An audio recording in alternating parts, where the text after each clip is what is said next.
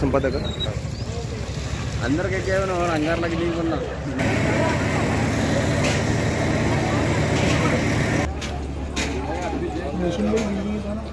मैं जा रहा ही नहीं गाड़ी लेकर वेड़े दीजिएगा 8:30 वाजता आमच्या रविवारपेठ मुख्य अग्निशामक केंद्रास 101ला फोन आला की नैजिनीच्या पुढे विमानतळाच्या बॅक साईडला दुकानांना आग लागलेली आहे। तात्काळ इथे जवळ असलेल्या होटगी रोडची गाडी पहिल्यांदा मी टर्नआउट केली तर त्यांनी सांगितले आग मोठी आहे, इतर गाड्या पाठवून द्या।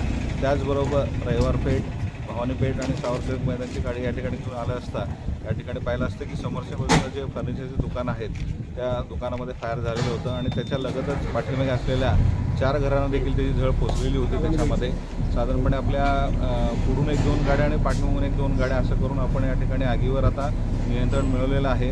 त्या ठिकाणी एका दुकानामध्ये फर्निचरच्या शेळ्या काय ते 2 शेळ्या काय होते त्याच्यामध्ये दुकान बंद चावी असल्यामुळे पावलेले आहे त्याच्यामध्ये आणि पाठीमागच्या घरांचं देखील वासे, पत्रे, घरगुती साहित्य करून त्या स्थानिक लोकांनी शेजारच्या लोकांनी पटापट आपल्या घरातलं साहित्य बाजूला काढल्यामुळं बरेचसे हानी जी आहे या ठिकाणी वाचलेली आहे।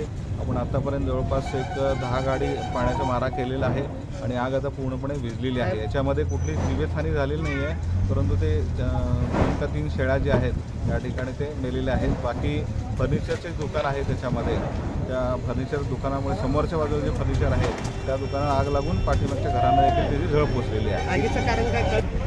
समोर बाजूला दुकान आहेत, जवळपास 3-4 दुकान आहेत, पाठीमागे 4 घरांना देखील त्याची झळ पोचलेली आहे त्याच्यामध्ये।